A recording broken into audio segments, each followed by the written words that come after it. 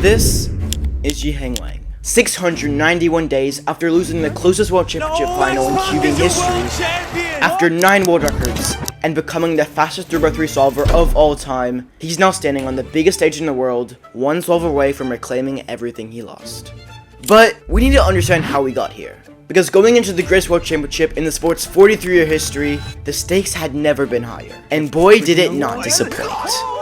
And at the center of it all, the long-awaited matchup between #1 in the world Yi Wang, seeking to come back from a moment he should have won, but not a second in the world. Gang has something to say about it. The greatest statistical outlier we've ever seen, armed with a method arguably built for this exact stage.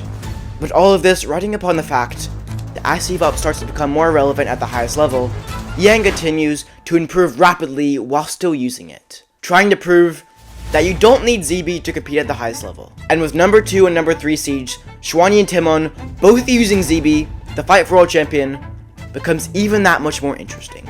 Because like I talked about in my last video, this really is the greatest script ever going into Worlds Finals. But on behalf of the entire community, I don't think anyone expected what would happen next. All the stakes, 10 world championships, 2 years of waiting, and now we're entering the absolute pinnacle of speed queuing. But right now, none of that matters, because it's time for the greatest finals ever. The first round of the World Championships entered with a matchup: Kai Wen versus Olaf Kuzminski.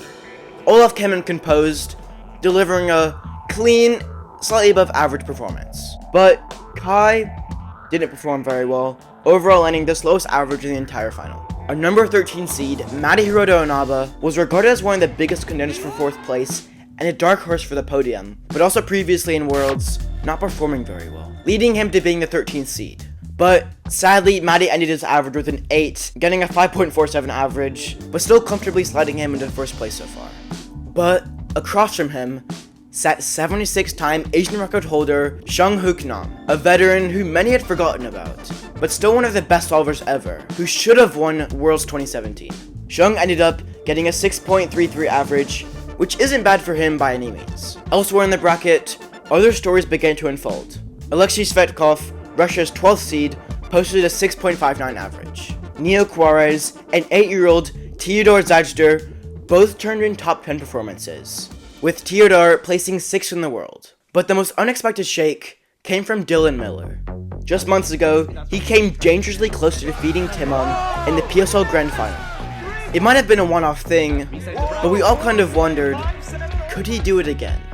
And while most didn't expect him to crack top 5, he still pulled off a stunning 5.85 average, not only placing in 8th overall, but outperforming almost everyone's predictions. And yet, all of this was just a prelude, because then came 6-year-old Chi Shin Kao. She exploded onto the scene right after Worlds 2023, getting a female world record average in her very first competition. Since then, she's been steadily improving, but no one, absolutely no one, expected her to challenge top 5 at Worlds.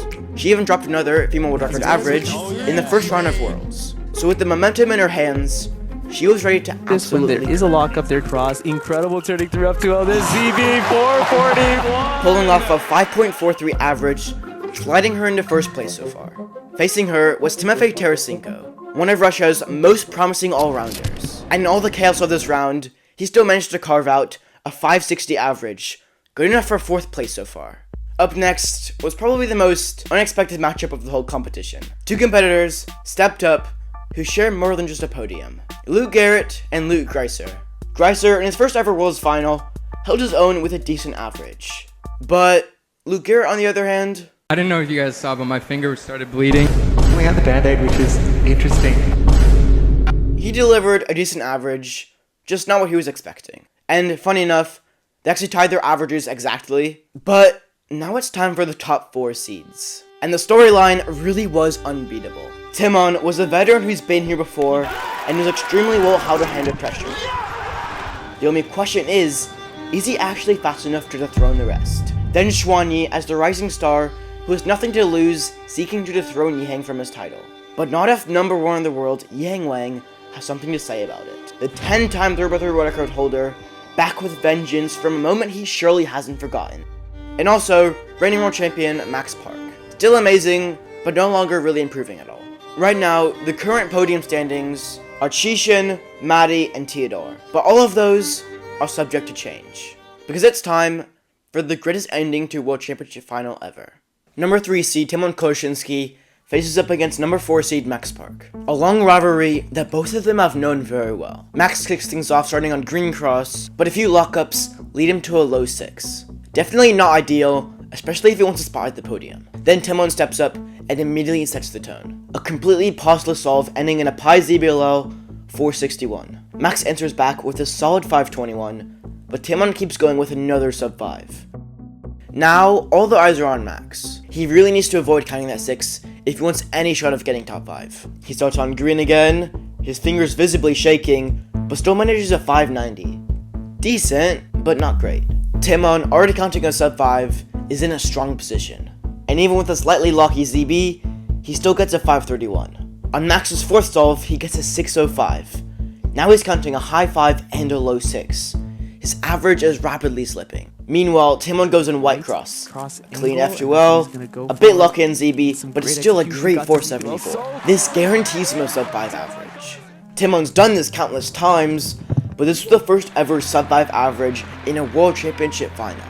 Meanwhile, Max ends with a 592 average. Not what he hoped for, but still good enough to get him top 10. And now, Timon has one final solve left. Best possible average, 475. Worst possible, 498. With enough pressure to crack anyone, he starts.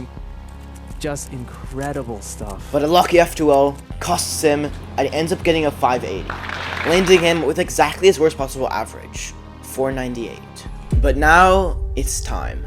The long-anticipated matchup between 8-year-old prodigy and 2nd seed Shuai Gang versus number 1 seed and 9-time world record holder Yiheng Wang. Yiheng is carrying the pressure of redemption after Worlds 2023. CFOP versus ZB. Years of build-up, and you can just feel that the weight of what's about to happen will change cubing forever. Shuai opens with a strong 494. As he demonstrates here. Yiheng follows, but can't quite match it. Extremely fluid, extremely fast. But it's not over yet. Solve 2, Shuai has some early lockups, but finishes strong, 430. Now, Yiheng needs to recover, pulling an amazing sub 4. Shuai comes right back with an incredibly fast F2L. Looking extremely good. Whoa, 5.2 for himself. He's counting 430 now. So Yiheng needs to respond. Which he's very capable of another one, and that'll get him counting 3. And that'll put him in a great spot. Turning absolutely flawless. My goodness, they're neck and neck. They are counting solves just 1/100th of a second apart. Now, onto the 4th solve, everything shifts here. If Shuai can count that 424, he's set up for the win. And that's exactly what he does, 395. Now he's guaranteed a sub 4.5 average, with the best possible average of 416, and on track to beat his PR. Now that pressure flips to Yiheng, that 545 still looms over him. Yiheng has to deliver. Solve 4, we know it's a good scramble from previous solves, so if Yiheng can pull through, he'll have a chance. A second to compose himself and focus on this incredible scramble. And of course, it mattered the most. The one that might win the World Championship for Hyung Wang. Oh my God! Oh my goodness! 3.94! He's going to count that solve! This puts Yiheng and Shuai in a very interesting place. Yiheng has the faster best possible average, but Shuai has the faster worst possible average. If Shuai gets his worst, Yiheng still has a chance. But if Yiheng gets his worst, Shuai wins. Now on Shuai's final solve, the weight of everything on his shoulders. Solve 5. What can he put on here? Another soon ZBLL 5.10. The worst possible average 4.49. But now, one solve remains. Yiheng Wang, back in the exact same position as 2 years ago. In 2023, he needed a 610 to win and choked. No, Max Park is your world champion! What? This time, he needs a 523 or better to become world champion. The bar is higher, the pressure heavier, and the story louder. So with the rate of redemption, legacy, and a chance to rewrite everything, Yiheng begins his final solve. And I'm just gonna let this moment speak for itself. And I'm not even gonna commentate it. Young, take it away.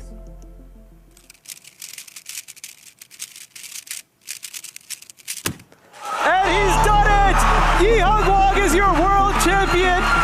The absolute pop-off, 4.43.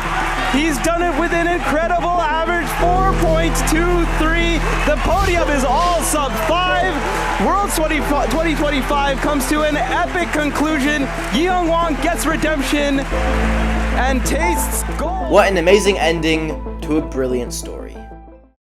Well, yeah, I guess. Except for one person, Xuan Gun.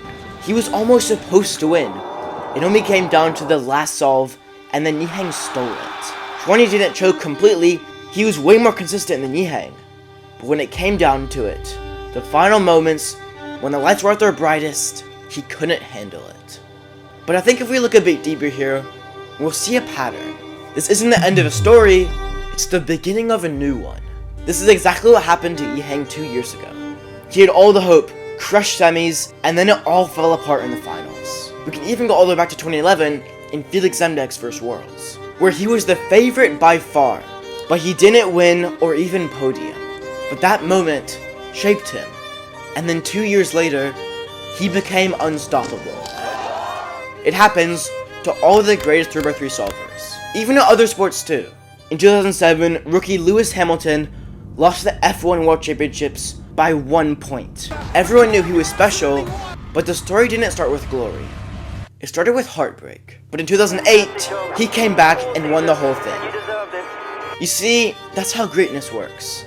You fail first, then you rise. So if I were to take a guess, I'll say that Xuan is going to improve a lot in these next 2 years. And maybe, just maybe, he'll still one of Yihang's world record averages. Because, in the end, greatness isn't how you start, it's how you finish. Anyways, that's a wrap, guys. See you in the next one.